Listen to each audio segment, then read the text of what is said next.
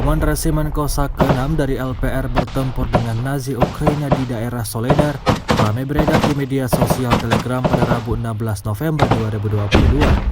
Dalam keterangan unggahan disebutkan, Korps Angkatan Darat Kedua LPR membantu membebaskan Republik Rakyat Donetsk dari pendudukan.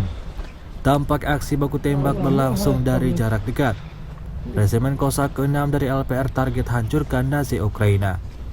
Selama invasi berlangsung, Rusia secara total merilis 333 pesawat Ukraina, 176 helikopter, dan 2.511 kendaraan udara tak berawak serta sistem rudal anti pesawat dieliminir oleh pasukan Vladimir Putin.